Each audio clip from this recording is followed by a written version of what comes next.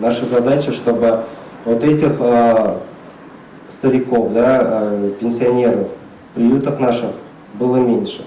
И поэтому вот это новый проект, который у нас стартует со следующего года, приемная семья, когда уже семьи смогут, будет такая возможность, да, там, взять к себе тех проживающих у нас в домах. Проект Өлкән кешене тәрбияләүче гаилә дип атала. Андый гаиләләр бик катгый сайланачак.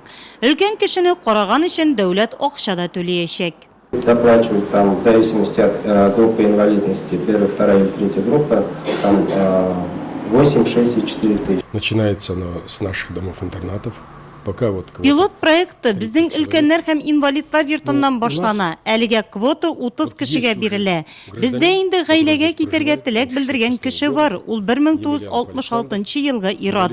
Александр Емельянов икенче группа инвалид һәм аны тәрбиягә алырга теләк белдергән гаилә дә табылды. Хәзер документлар әзерләнә. Моның уңай яклары. Әгәр дә өлкән кешене гаиләгә керем чыганагы өчен генә алмасалар, ул бик әйбәт. Чөнки аңа айрым игътибар, җылы мөнәсәбәт булачак.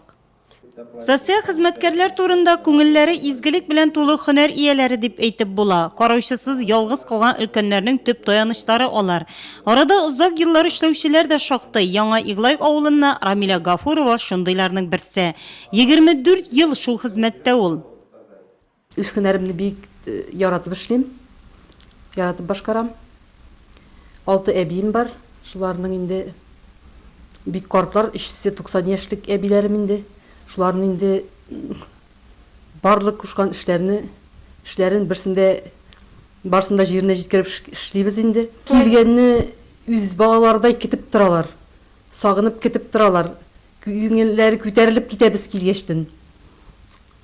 Нәрсә кирәген барсында кайгыртып, алар белән сөйләшү дә кирәк инде, аларның күңелләрендә күрергә кирәк инде. Әбиләребезнең рәхмәт әйтеп калалар инде. Өлкәннәр безнең аралашу эшендә көтеп алалар ди социаль хезмәткәрләр. Аларга үй эшләрендә ярдәм итүдән тыш психолог та, өлкәннәрнең сердәше дә булырга туры килә. Безнең обслуживаниедә 260 әби бабай бар. Яшьрәкләре дә бар. Инвалидность булган кешеләрне без 60 яшь тулгынча карый башлыйбыз.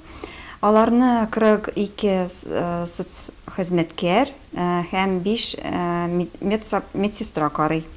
Аларга бөтен кирәкле эшләрен эшлибез, пешкарабыз, продуктлар алып кайтып бирәләр инде безнең хезмәткәрләребез.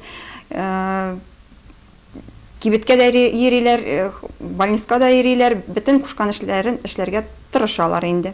Татарстанның хезмәт, мәшгульлек һәм социаль яклау министрлыгы яңа проектны киләсе елдан башлаячак.